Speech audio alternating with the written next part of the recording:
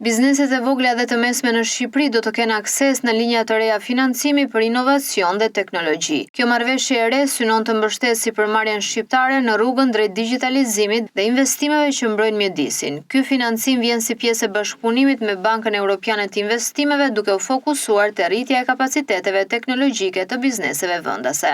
Kryeministri Edi Rama theksoi se Bashkimi Evropian ofron një burim dije që është i domosdoshëm për transformimin e Shqipërisë. Ai nënvizoi se vendi ka bërë hapa konkret në marrëdhënien mes shtetit dhe individit, veçanërisht përmes shërbimeve digjitale, që sipas tij kanë rritur transparencën dhe kanë thjeshtuar procedurat për qytetarët dhe biznesin. Liria pra nuk mjafton, sepse mund të pashitet. Dëshira për të jetuar në sundimin e ligjit nuk është mjaftueshëm, mund të pashitet, të duhet njohuria dhe Bashkimi Evropian ofron njohuri që askush në botë nuk i ka. Dhe ky është bekimi ynë, ky është shansi ynë dhe ne duam të përfitojmë prej tij. Ju po na ndihmoni për këtë gjë dhe dua të sigurohem që ta dini që në fakt keni të drejtë që po na ndihmoni. Në fakt keni dhe të drejtë që besoni te ne dhe do të keni edhe më shumë të drejtë për të marrë breathing stereotypes about us. Me rezerva edhe disa stereotipe që ende gjallojnë për ne. Ne jemi një vend që ka probleme, por kemi bërë një rrugë të gjatë për të ardhur këtu ku jemi. E dim që ka ende rrugë për të bërë derisa të jemi pjesë e Bashkimit Evropian, po ndërkohë jemi krenar që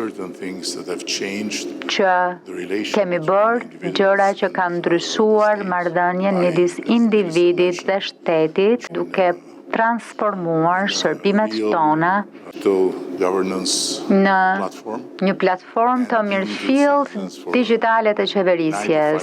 Rama rikonfirmoi rrugëtimin evropian të vendit, duke u shprehur se Bashkimi Evropian mbetet horizonti vetëm për ndërtimin e një shteti funksional dhe të drejtë. Sepse nuk ka alternativë përkundrejt lirisë individuale dhe shtetit të së drejtës, që nuk kupton barazisë përpara ligjit. Shqipëria kur nuk ka pasur një plan B. Shqipëria kur nuk i ka hedhur syt në një drejtim tjetër, sepse ne dim prej historisë tonë, e kemi mësuar në kuriz që çdo plan i mundshëm B apo C është plan pa liri individuale dhe pa barazi përpara ligjit. E kemi pasur për një kohë të gjatë. Dhe nuk duam as ta çojmë në përmend që mund të kthehemi në ato kohë. Natyrisht kohët kanë ndryshuar dhe po shfaqen aktorë të tjerë ndryshe, por thelbi është aty. Thelbi është i pranishëm, ka vetëm një qytet që shkëlqen mbi kodër për atë që ne duam më fort, që është liria jonë e nevoja për të jetuar në sundimin e ligjit. Dhe ky qytet është qartësisht Bashkimi Evropian për ne. Kryeministri ftoi Bankën Evropiane të Investimeve të rrisë prezencën e saj edhe në projektet kulturore, duke cilësuar kulturën si elementin kyç që dëshmon se investimi drejt Europës është e vetmja rrugë me vlerë për të ardhmen.